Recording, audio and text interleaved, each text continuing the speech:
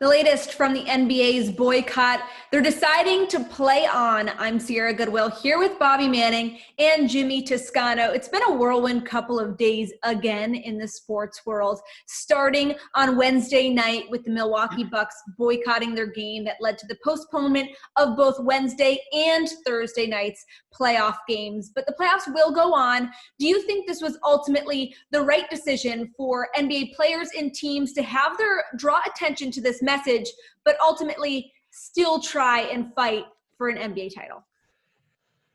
It depends, because I think there's two sides to this. They wanted to grasp this moment and go out into the world and be able to make an impact on the ground, it felt like, for some. And then others, it felt like, as Jimmy said here, that they wanted to be able to continue to have this platform, this environment to speak out on this. And I think that point got proven here in the amount of attention and the amount of response that both the NBA, the owners, and the media at large took to this. You had much more people asking about the topic at hand. Felt like some owners were rallying and supporting their players, even though they could have done a little bit more to some. And Adam Silver enters the bubble, and that was the key point. They said that he hasn't been around. He hasn't been on the ground there for discussions, for attention to these issues. And he shows up, talks with Giannis, LeBron in the hallways. He's more visible in this environment.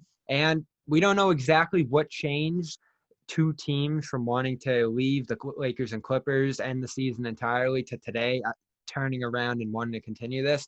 But I'd imagine Silver arriving and giving them some level of assurance and, commitment maybe of some sort. That probably put everybody at ease. So it's tough. They might be missing the attention, the gravity of this moment right now, but I think they also understand the amount that they were going to be giving up if they just ended the season right now. Yeah, I think it's so difficult to say what's the right thing to do. That's kind of what this whole thing is all about. I think the players, and not just the players, but just if you're an American citizen, you're confused about what's going on and what's the best way to stop what's going on, and you're trying to do the right thing, but you just don't know. So the players are, on one hand, under the spotlight because they are who they are and they have this, ability and they have this platform, but at the same time, they feel like maybe they could help in another way if they weren't, in this bubble and weren't away from maybe their homes or areas where they feel they're needed more. I think that doing what they're doing, and I can't say it's the right decision, but I agree with it. I think it's a good decision. I wouldn't say it's a bad decision. Take a couple of days off, really, educate yourselves a little bit, keep it in the spotlight, think about what's going on, and then get back out there and continue to use your platform, continue to use the games, whether it's pregame, during the game, post-game, to keep the the spotlight on these racial injustices and these instances that are happening. Unfortunately, you're not going to end racism in one day. It's not just going to end on a sunny day in September, right? It's a process. It's a series of changes and movements. And I hope what doesn't happen is that these players feel like what they're doing, even if it's in the bubble, I hope they don't feel that it's not making an effect on people, because it is. And it's not something that you're going to notice overnight, but you can't feel like you're not making a difference, because you are. And little changes, and us talking about it right now, fans talking about it, wondering if the season's going to go on. I think it's important that the players continue to take it one day at a time and go from there. And they still have a lot of power, they still have a lot to say. And it would be a shame if, in my opinion, if they decided to cancel the season.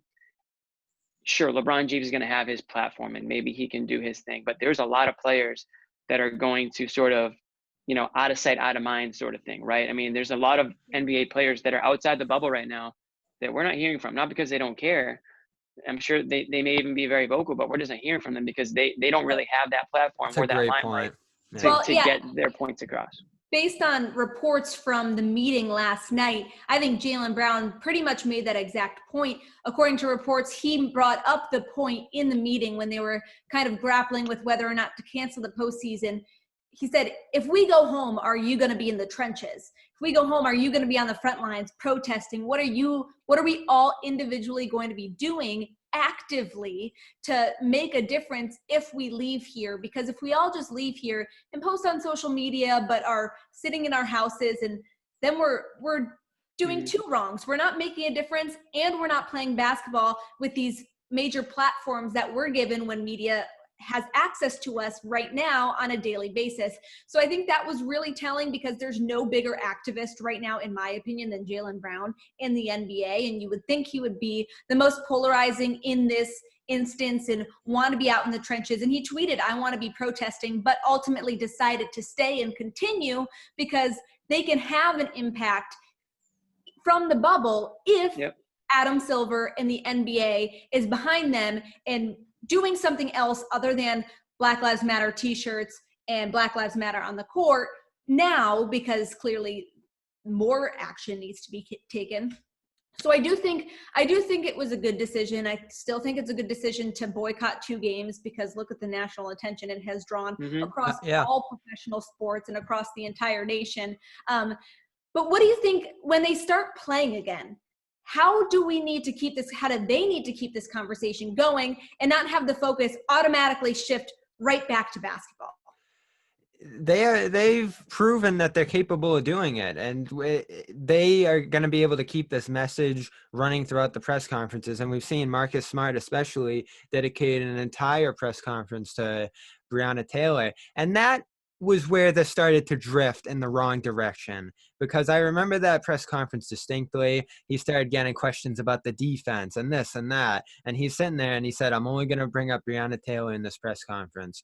And he himself said it in the other day's press conference that they tried kneeling, that they tried all these different things, the t-shirts, the commercials, and it didn't work. The attention still shifted to basketball. What they proved this week is that they have the power, they have the pull, and they have the authority over the owners, the teams, and all the power players in these situations, that if they feel like this isn't going in the best interest of what they're trying to accomplish, they can put an end to it. They didn't take the extreme right now, but they prove that if things aren't going the way we want it to, if things don't change, we ultimately have the ability to do that. And it showed a great amount of restraint, pause to not go all the way in this circumstance.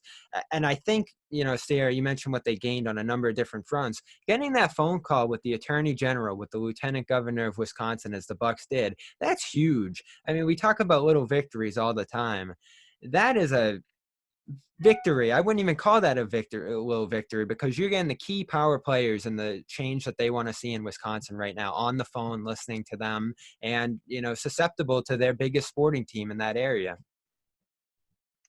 And I think the NBA once again sort of paving the way for these other leagues that certainly aren't as vocal anywhere near that. I mean, we saw NHL games happen, we saw baseball games happen with little to not much, acknowledgement of sort of what's going on. And I can see the NBA, right then and there, they're making change, right? Because they're setting the precedent, they're setting the stage for these other leagues. The NFL might be next. I mean, you can't tell me that NFL players aren't seeing what the NBA is doing and thinking to themselves, today. Practice is canceled. And I know a lot of players are speaking. I thought Jason McCourty on the Patriots had some very, very thoughtful and important comments on everything going on. If you get a chance to check those out, I'm sure CLNS will be talking all about that later. Exactly. So, I mean, for NBA players to feel discouraged for what happened, I totally get that. And we're all discouraged. We all feel awful, but they shouldn't feel like what they're doing isn't having an effect on the league, on sports world, on America, and on the world as a whole, because it does. And I think maybe, sure, the rest of this season, let's say it plays out and all those things, the players at that point then have a lot of time to get together and really meet with the owners and meet with the league and say, what is going to change before we agree to play next season, right? So now all of a sudden they continue to hold the cards.